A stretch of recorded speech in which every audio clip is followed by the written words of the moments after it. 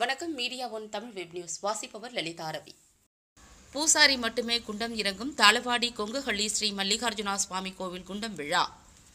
தாளவாடி அடுத்துள்ள கொங்குஹள்ளி என்ற வனத்தில் 3 மலைகளுக்கு நடுவே பாறை குகையில் ஸ்ரீ மல்லிகார்ஜுன சுவாமி கோவில் குண்டம் திருவிழா வெகு விமரிசையாக கொண்டாடப்பட்டது. இக்கோவிலில் செவ்வாய்க்கிழமை காலை நடைபெற்ற குண்டம் திருவிழாவில் பூசாரி மட்டுமே குண்டம் இறங்கினார். இதில் ஆயிரக்கணக்கான ஆண் பக்தர்கள் கலந்து கொண்டனர்.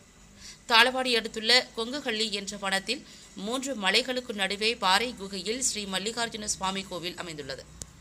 லிங்காயத்து பழங்குடியின மக்களுக்கு சொந்தமான இக்கோவிலில் 18 கிராமங்களைச் சேர்ந்த பழங்குடியின மக்கள் சார்பில் திருக்குண்டம் விழா வெகு விமரிசையாக கொண்டாடப்பட்டது.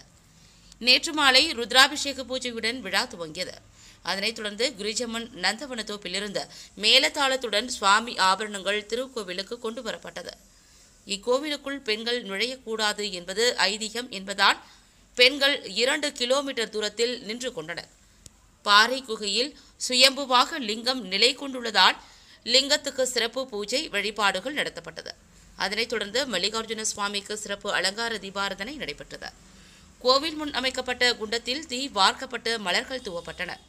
அதனைத் தொடர்ந்து ஆயிரக்கணக்கான பக்தர்கள் ஆரவாரத்துடன் பூசாரி மட்டுமே குண்டம் இறங்கினார்.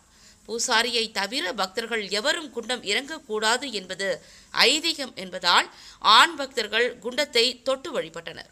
பின்னர் மலர்களால் அலங்கரிக்கப்பட்ட புலி வாகனத்தில் மல்லிகார்ஜுன சுவாமி வீதி உலா வந்து பக்தர்களுக்கு அருள் பாலித்தார். விழாவில் தமிழகம், கர்நாடகத்தைச் சேர்ந்த ஆயிரக்கணக்கான பக்தர்கள் பங்கேற்றனர்.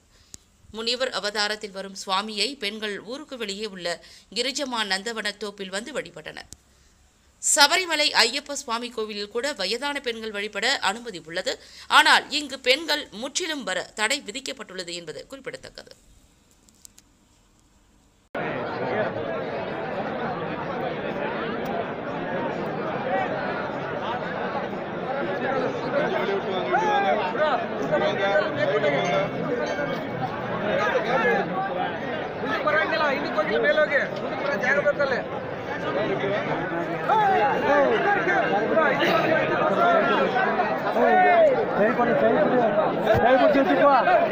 Hey,